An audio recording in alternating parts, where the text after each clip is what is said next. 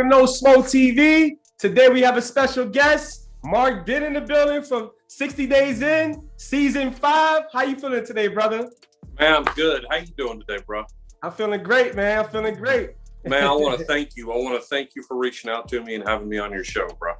I want to thank you for stopping by the show, man. I'm a fan of the show, and I seen you in the show, so I have a couple of questions I want to ask you, brother. Bring them on. Lay me on. Lay them on me, bro. But let's start with, I want to get to know you first. I see you grew up in Atlanta. I did, man. So I grew up in the suburbs of Atlanta. Of course, I don't want to exactly say where for privacy reasons. But yeah, man, I grew up, I've lived here my entire life. I did some time in the military, and that's the only time that I have not been in Atlanta. So yeah, I've been in Atlanta all my life. Talk about military. I see you grew up in a military family. Yes, sir. My grandfather served. He did a career in the military. My dad served. So I never really, now I have a college degree now, but when I was in high school, I never even really thought about going to college. I joined the military. I did 13 years in the Army, and here I am, you know. How about you? Where are you from, bro? I'm from New York. You're from New York? Yeah, I'm okay. From New York. Okay, well, whenever you come to the Atlanta area, hit me up, bro, and we'll go grab a coffee or something. I sure am, but I don't know about coffee. Probably a beer. Yeah. That sounds good. Cool.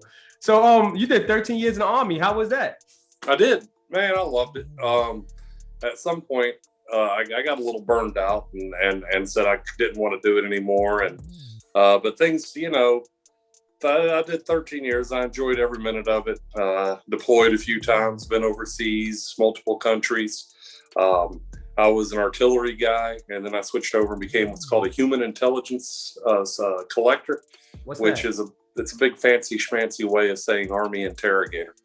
Oh, so okay. Yeah, so I did interrogations and stuff like that. And then I worked in training, and just time. I was at that point in the military where it was either you go ahead and sign some paperwork to do 20 full years, or you go ahead and get out. And I was like, I don't know that I can do 7 more years.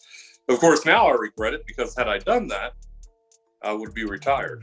But had I done that, you probably would have never heard of me. So things happen for a reason.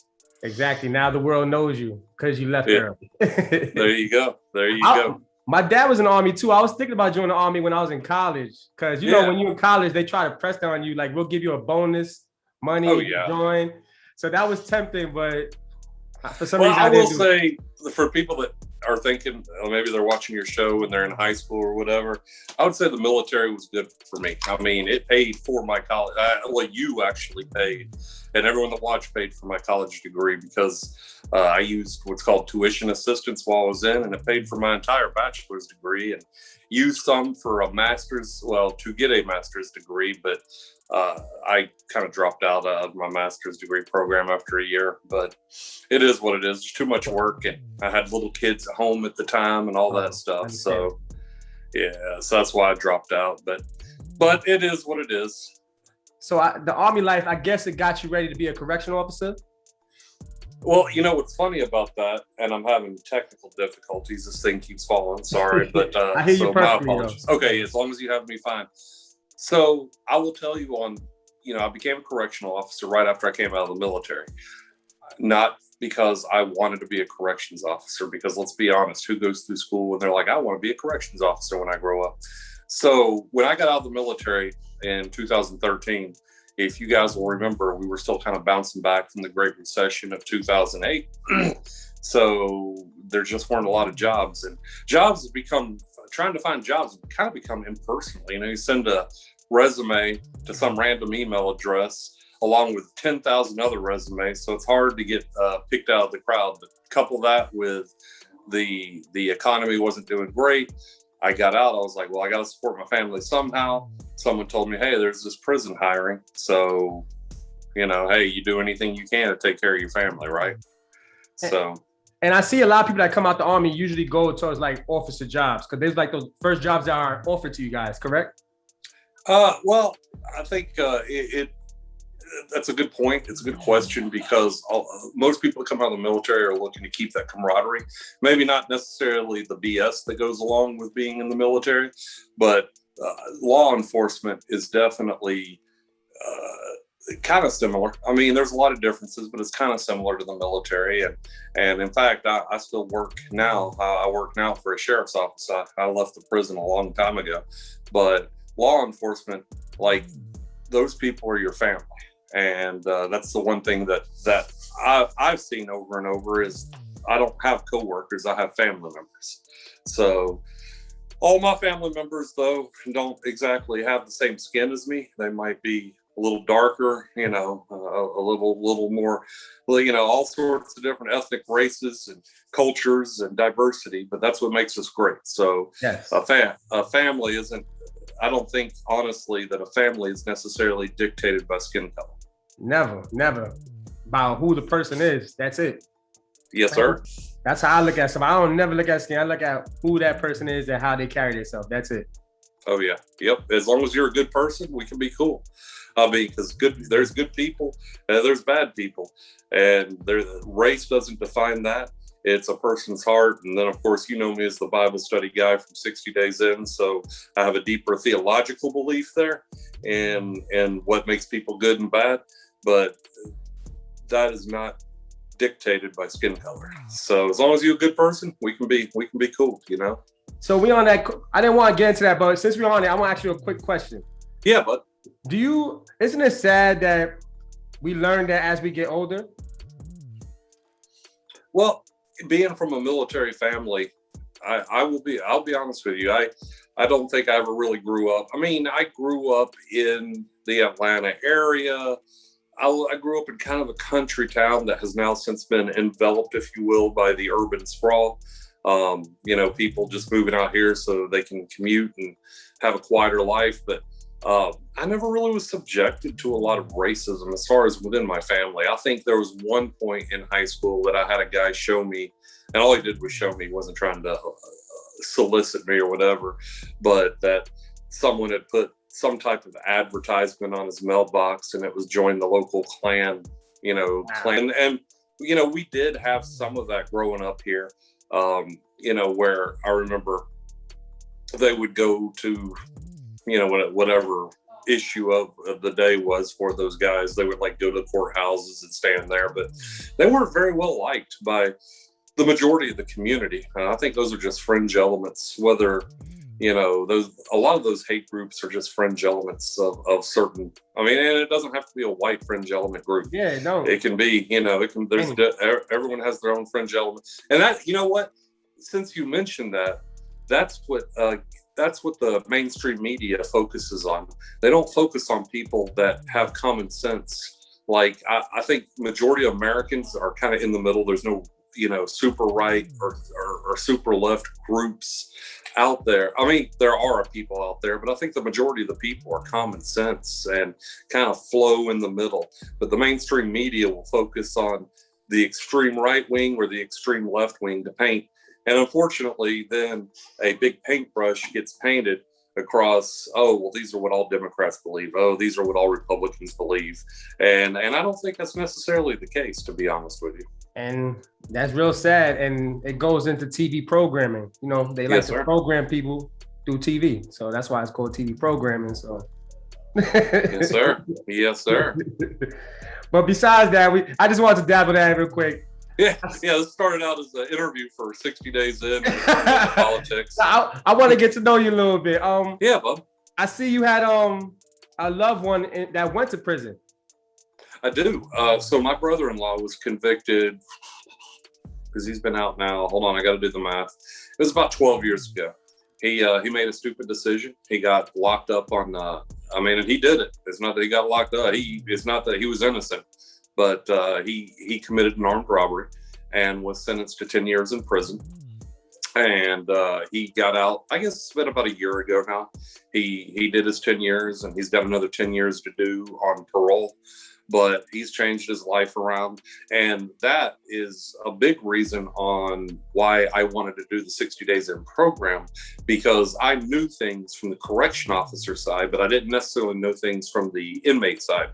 And, you know, of course, I would have conversations with him while I was a correctional officer, and he would tell me, hey, you know, don't be one of the, you know, because the thing about the COs, corrections officers, is they're good and they're bad. And that's in any profession, anywhere. We can have this whole debate about law enforcement for people that say, you know, screw the blue line and all that stuff. But at the end of the day, there's a lot of good people that work in corrections. But there are, unfortunately, sometimes they're overshadowed by the bad. And so I wanted to experience that. I wanted to see, okay, why are corrections officers so bad? You know, I work on one side of the bars, but at the end of my 12-hour shift, I go home, whereas they don't. So that was his story. He's now out. I do want to give a shout out to Justin real quick. I'm proud of you, buddy. And he has now been out for years working in construction, and he's turned his life around. And he just gave me a nephew. So I am a brand new uncle to his newborn son. Congratulations. Yeah. Thank you. Congratulations to you, Justin. Because I know he's going to watch this, because he's always, you know, we got a YouTube channel, and he's always trying to, you know, get our name out there. So I know he's one of my biggest proponents, if you will. So I know that he's definitely going to watch this interview. So congratulations, Justin. There you go. When you see this, I said it too. So how was your experience on the show? Because I seen when you was on the show, you try to do like a little Bible study. So like when you first got there, I guess you try to do that to like fit in a little bit, try to get inmates. I don't know that it was necessarily to fit in. So first of all, I didn't use Bible study as a clutch. For those of you that might be watching the show that you're Christian or whatever, don't think I was like trying. But no. my faith is actually, you know, a pretty big part of my life. And one of my, well, if you watch the show or the season, and if you guys haven't, Hulu, Netflix, it's season 5 is available on all of them. But that being said, I was going somewhere with this conversation, and I completely forgot where I was going, but that's all right. We were talking about Bible study. The Bible study. That's what it was. Sorry, I don't know what happened there. So Christianity is a big part of my faith, is a big part of my life. But there were several reasons. Number one, my job, I was tasked with finding out more about jail operations. So our season was unlike a lot of other seasons where we had actual missions we had to accomplish while we were in. And mine was jail operations, figure out how the people, the staff was and stuff like that. And I figured the best way to probably get their trust, people's trust, is to, you know, you got people like David, and I love David, I love Abner, but those guys, I mean, you know, they come across as the tough guys. You know, you look at me, I'm the white fat dude with glasses, right? So a real quick story. 2013, I was working out all the time because I was in the Army, and after 2013, I stopped working out and started eating Taco Bell. So apparently now I'm the fat guy with glasses, right? So, you know, I can't go in there and act like I'm gonna knock anybody out. I do love to fight from time to time, but you know, I don't come across that way. Plus, I knew one of the biggest things 60 Days In tells you, the producers, they'll tell you is they'll tell you, hey, you are not here to change anybody's, you know, process, what they're going through right now. And so part of that is you don't go in and start crap. Now we know that, you know, with 6 seasons now in the books, okay, so sometimes participants do go in there and start crap from time to time. It is what it is. But I was like, you know what? I want to sit back behind the scenes. I don't want to try to, you know, get in any fights with anybody. What's the best way to do it? Well, let me go ahead and bring my faith in here. 60 Days In is a true show. It is edited, however. So I will say that you'll see me yelling Bible study, if you haven't seen my season, about 500 times, and then I go sit at a table by myself. That, and I'm not upset at producers for that because they have a story to tell. But that wasn't exactly the whole truth. I would usually yell Bible study 2 or 3 times. So people, because our pod was really, really loud. So people that were involved, they would know that were in my Bible study group, they would know, and they'd come on down to the Bible study. So that's why I would yell it usually like once or twice, and then we'd do it. But I usually had anywhere from 8 to 15 people at all my Bible studies. So, but that helped. I think, I couldn't tell you at the end of the day on why I was accepted per se, because I'm not going to ruin this interview until you bring it up, but you know what happens, especially towards the end of the season. So I was obviously accepted, but I would also say that the reason, I think me doing that and doing Bible study was one of the reasons why I was accepted as just one of the guys. Got you. And we're going to get into that, but I see in the end, it was a different story towards the end, but we're going to say that later. Yeah, but I see David had your back a lot in the pod. So unlike if you've watched all the other seasons, we did something, well, season 6 kind of did it too, but up until season 5, which was my season, no one really met each other. The producers wanted to try something new. They had us all meet each other. It was under very strict guidelines. It's not like we could really go hang out, but David and myself knew we were going to be in the same pod together, and we developed a friendship. So even before we went in, so we knew, I was going to have his back, even though he never really was at a point he needed to have anyone have his back. At the end of the day, we told each other, hey, I really don't care about the show, because yes, I do. I care about what we're doing, but I don't care to an extent that if I know something's going to happen to you, I'm not going to stand up for you. So the show was secondary. You are my primary goal. And I know you don't really see that, but that was kind of the mindset. And, he agreed. And that's honestly why, he would have my back. There were some things that happened on the side that that happened off camera that never made it on, that, he would settle things down. He was actually really good. I know a lot of people became disappointed in him, in David at the end, but David is a really solid guy. And even to this day, I mean, it's been 2 or 3 years now, he still remains one of my closest friends. A real stand-up guy, real good. Yeah. Good. Yep. Cool. I love David. Was there anything behind the scenes? You talk about behind the scenes. Was there anything behind the scenes they didn't show, like fights, or you almost getting like you feeling like your life is threatened? Did you ever feel like that? Okay, so I think this can be kind of a 2-part answer. First of all, there was plenty of things that didn't make it that I wish had made it. As far as fights, they always made it, because you got to understand 60 days in is in the business of entertaining, because you're not going to watch. If you have never gone to jail, you will realize that the majority of the time you're in jail is boredom. I mean, it's sitting around watching TV, the days drag by, and at least in our facility, there weren't a lot of fights. So anytime there was a fight, that would get a lot of airtime.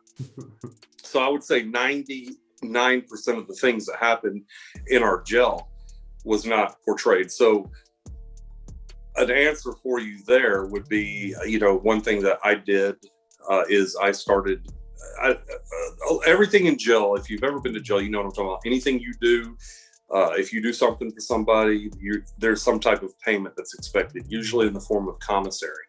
So, hey, if I give you a tattoo, for example, you're going to, in return to me, give me so many soups, so many honey buns, whatever. But what I would do is I actually remember being in there and thinking, a lot of these guys are really good guys that just fell on hard times, did stupid things, whether it was drugs, alcohol related, they have some type of dependency issue. I don't want these guys to come back.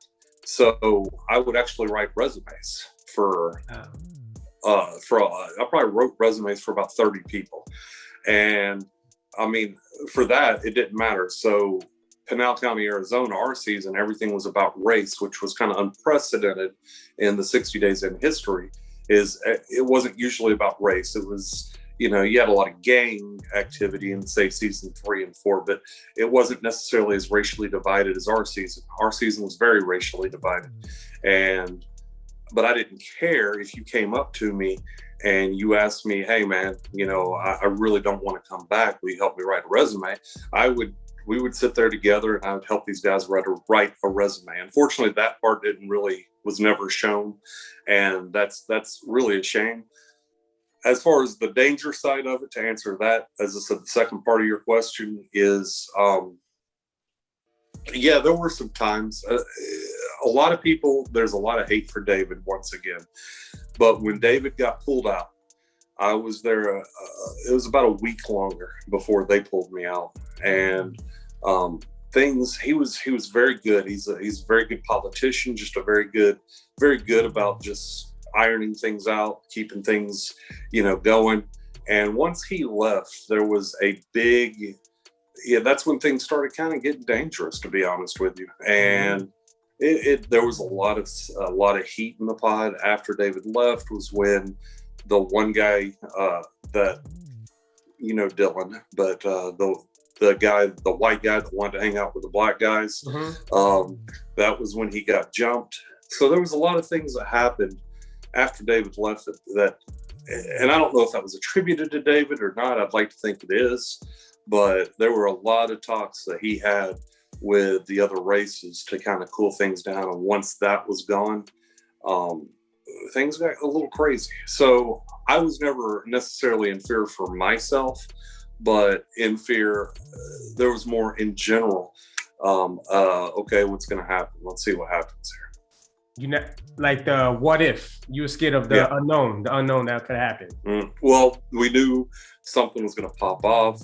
There was an issue at one point where, with the whole Dylan incident, they thought it could turn into a whole racial fight. And at that point, as a white person in that pod, or a white male especially, you'd better side with the white guys. And it was kind of interesting to see, because especially being a participant, I don't want to get involved in any fights, but especially anything that's racially divided. And so there was a period of uncertainty where we thought there was going to be a war between what they call the Woods, which is what they call white people, and the kinfolk, which is what they call people of African-American descent. So it definitely got a little hairy there at the end. And I will say, when I heard my name called, I couldn't pack any quicker. I couldn't pack any faster. I can imagine. Take me home. I want some McDonald's. Yeah, I'm ready. I'm ready to eat too, but that's entirely. What was your first meal when you came out? So the producers asked that, what do you want? And I got a large, it was like a meat lover's pizza from a local joint in Arizona. I guess it wasn't any franchise pizza. And it was probably the best pizza I've ever had in my life. I can imagine what you was eating. Yeah. Compared to what you was eating in there.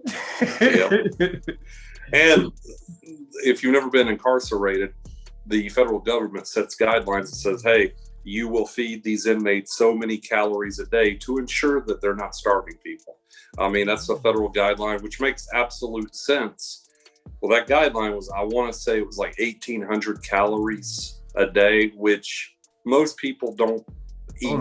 They eat many more than 1,800 calories a day. So, yeah. I drink more than that. More than that. So you stayed hungry the majority of the time.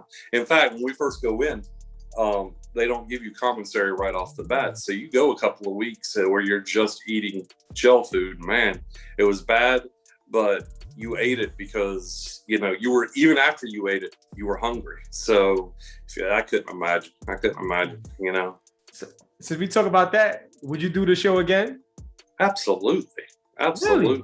I would. Honestly, the fame, and if you want to call it that, don't take this the wrong way, because I love all of you guys, okay? But that wasn't what it was about. It wasn't about the fame. I mean, that kind of comes with being a reality show star, or whatever they want to call it, as long as you did good on the reality show. And I guess most people like me. So, because my reception has been pretty positive. But to know that, I was in there trying to help them via their spiritual life as well as the resume writing. If I knew that I helped at least one person, then my job was done. Because I just really wanted to help these guys. So yeah, I would do it again if I knew I could help one person. Absolutely. I asked Abner the same thing. He said he'll do it too. Oh yeah, absolutely. Now Abner, he has a little more time in the shoe than I do. But I would do it again. Mm-hmm. So what did you learn from the show? Like being on the show, did you learn anything from being on the show? There is I guess it would be considered a bias, an implicit bias among most of us, that people that are incarcerated are terrible people, that they are, the scum of the earth, that can't, that are just these terrible lawbreakers, terrible criminals, and they deserve to be there. What I would say I learned from the show is that's not the case in a good chunk of them. Yes, there are people. Now, listen, I work in law enforcement, and, I didn't, there's been some participants that came on as police officers, and I can think of one specifically that quit after the show because he didn't want to do it anymore, because he couldn't put people in that facility. I'm quite the opposite. I'm actually really close friends with Ashley from season 6. We run our YouTube channel together, and she's also in law enforcement. And I'll say that to say this: we need prisons. We there are people that are just past being redeemed. The crimes that they have committed were so heinous that they need to be in prison. But many more of these guys and females, I didn't see any female inmates, so if you're a female, I didn't mean to jade you there. But many more of these people they've got issues with dependency. Maybe they came up in a bad family. I don't know what the case may be, but a lot of them are good people that have just made terrible mistakes. So let's pour into those guys. Let's get them well. Let's get them past their addictions or whatever the case may be, and help make them positive members of society again. Not everybody that's locked up is a terrible person. So would be, yeah. Well said. And do you think everybody should do at least a week in jail just to get that perception? Ooh, I don't know. I don't know about that. I don't think a lot of people couldn't handle it, but a lot of people talk about everyone should do time in the military, so they appreciate the military that much more. And I don't think so. Because I want to be there with someone that wants to be there. So when stuff gets bad, it's not going to be a person that runs, but that's an entirely different issue. But yeah, I would say probably not. Time is hard there. It really is. Even after 7 days is a long time. I know it doesn't sound like a long time, but 1 day in jail, I would say, would be almost the equivalent of about 4 days on the outside, just because it drags on. So it's like nothing going on. You're just sitting around. Yeah, exactly. Nothing going on. But I see towards the end of the season, I almost forgot about this. I see towards the end of the season, you got a lot of respect in the pod, because everybody liked you, and they actually want to make you run the pod for the Wood. So Josh came up to me, who is the Wood pod boss, and one of the main reasons why he came up to me was because he saw, through my Bible studies and through my resume writing, he specifically told me, he said, there's going to be times where if I pick some of these other guys, their first go-to is, hey, let's go to war with the black guys or the Chicanos or whatever. He's like, you're more of a politician, if you will. Now, that can be used. I think when people imagine the word politician, that doesn't elicit positive thoughts. But that being said, you're more willing to analyze the situation, and you're not going to be, hey, let's go to war right now about everything. So I think that he saw that, and that's specifically what he told me. So he wanted me. He had actually been convicted to I think he was sentenced to 10 years, if I remember right. And the thing about county, if you've never been incarcerated before, is that's pre-trial. So in other words, you're there until you're convicted. But once you're convicted, they ship you off to prison. So he knew that he was leaving within a week or two. So he wanted me to kind of take over the reins when he left. How did you feel when he approached you? Well, that was not where I was going. I had no desire to be a pod boss. I just wanted to do my time and go home. Oh. Yeah, I mean, it was interesting though, because when you look at our season, all three of us, the males, all three, well, I don't count Steve as a participant, Steve, but the three males that actually went through it, then were there longer than 48 hours. Were pod bosses, because you look at Abner kind of ran the Chicanas. Mm-hmm. Then you look at David was immediately pretty much placed second in charge of the kinfolk. And then you look at me. So that was kind of the first time in 60 Days in history that any of us were pod bosses. I mean, Nate, rest in peace, Nate, would probably be arguably the closest one up until our season to becoming a pod boss per se. But it was interesting. I was pulled out prior to him leaving for prison. And to be honest with you, I was completely happy that he was, because I had no desire to actually become the pod boss. That would have been like history in the show. Like the way you came in, the way you started, and the way you ended, that was like a big 360. Like, wow. Yeah. Nobody even expected that from you. Like even somebody looking at you like that, because the way you was in your table, reading your Bible, the way you first started, then you started like slowly gaining respect. It was just, it's cool to see. It's cool to see. Yeah.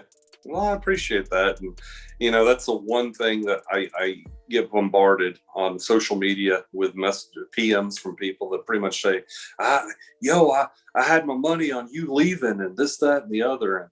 And the thing is, I was in the military for 13 years. So I don't quit anything I do. So I was never going to quit. That wasn't an option. But and to an extent, some of it's edited to make it look some special type of way anyway. But I was never going to quit. And, but I never had the desire to be a pod boss either. So, everything there, it's just like, well, let's see what happens. And it kind of fell the way it did. So it was interesting. That's what drew me to you too. Cause when I first saw you, you looked timid. So I was like, he's not going to make it. But then I was like, wow. Like he totally surprised me. And I was like, I got to talk to this guy, and here I am. Appreciate it. Hey, it's my pleasure. I try to, when people reach out to me for an interview, I try to make it happen. I don't care how big your following is. It's just my way of giving back to fans and to people like you. So, I hope you get views, as a result of it. That or people are going to be like, dude, that guy sucked. Why'd you have him on? But I guess we'll see how that after the analytics hit. We'll see. So before we end the show, yes, what does 2021 have in store for you? Okay, so I'm working in law enforcement, building my YouTube channel. If you don't mind me giving a shameless plug, Awkward Fist Bump Productions. It's myself, Ashley from season 6, and my brother-in-law, who we talked about earlier in the show.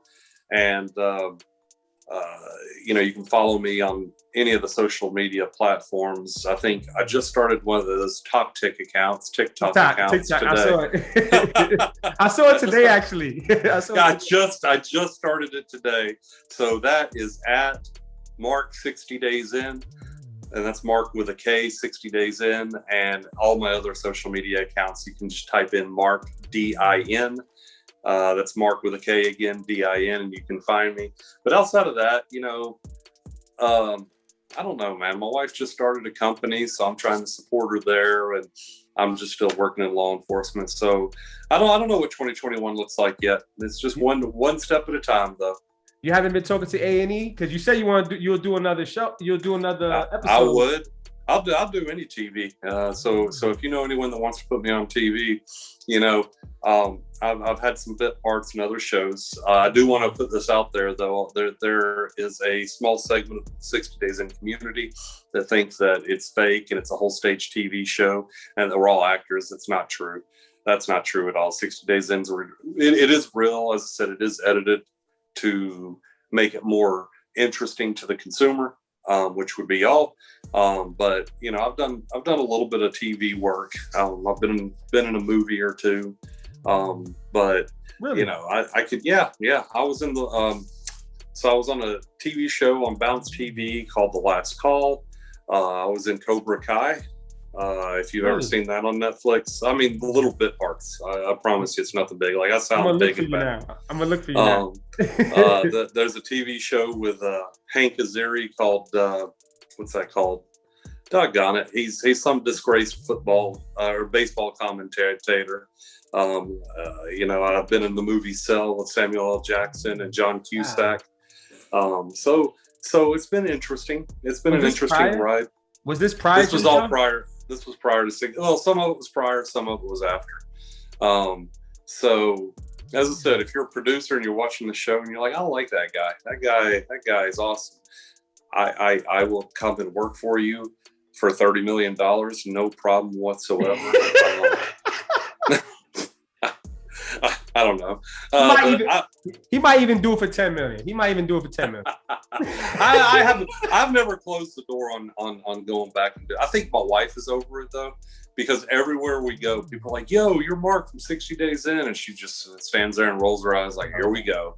And, but if you see me out on the street and you want a picture or whatever, and don't be afraid. I have seen some people, like you'll see them and they'll be looking to their phones like, that's him. And then the first thing people do is they're like, man, I'm sorry to bother you. You're not bothering me. I promise you, if I'm doing something and I got to go, I'll tell you I got to go, but I'll give you a fist bump real quick. So don't ever think you're bothering me. So everybody, if you see him, give him a hello. Don't be scared. Don't be weird and have him looking at you like. That's weird too. That is. People look at you and my wife notices that a lot. We went to SeaWorld. We took my son to SeaWorld, I don't know, about a year ago. And before your audience hits me, I know SeaWorld is a terrible place in some people's eyes because of what they do. So don't come hit me. Yeah. They do with the dolphins? They was getting at with the dolphins, right? Yeah, and I didn't know that. So actually, when I posted pictures on social media of me going to SeaWorld, I was like bombarded with messages. Have you seen what they do? Dude, I just went to a park. I was taking my son to a park. I didn't know all the politics behind it, man. I'm sorry. But like the whole time, like my wife was like, I wish people would stop talking to you. I'm like, maybe that's kind of a part of being on TV is people recognize you, but I like it. I love it. And if you guys see me and you want to stop me, by all means, I'll give you a fist bump. Here, I'll give right. Boom. There you go. All right. Bam. It was a pleasure talking to you. And you too. I'm going to hold you to that. If I go on land, then we're going to have a beer. We are. What's your favorite beer? Right. Presidente. But I'm getting into IPAs now. I like IPA beers now. Well, see, what's funny is I'm kind of pulling away from the beers and getting into bourbons. You know, I kind of like drinking. My favorite bourbon is Jim Beam Peach. Now, when I say Jim Beam Peach, I don't mean like the foo-foo. Sorry if you drink the foo-foo stuff. But I don't mean like the foo-foo like Mike's Hard Lemonade. I'm talking about this is straight up bourbon with peach flavoring. It's good, but I'm from Georgia. I'm supposed to like peach because we're the peach state. So, yeah. But brother, thank you for having me on the show. I appreciate it, man. Thank you for stopping by, man. It was a pleasure talking to you. Great conversation. I learned a lot. So did my show. Everybody watches my show learned a lot. And I want to say congratulations to your brother again. Rock on. Well, that's the end of the show. It was a pleasure talking to you. You too, buddy. Until next time, brother. All right, man.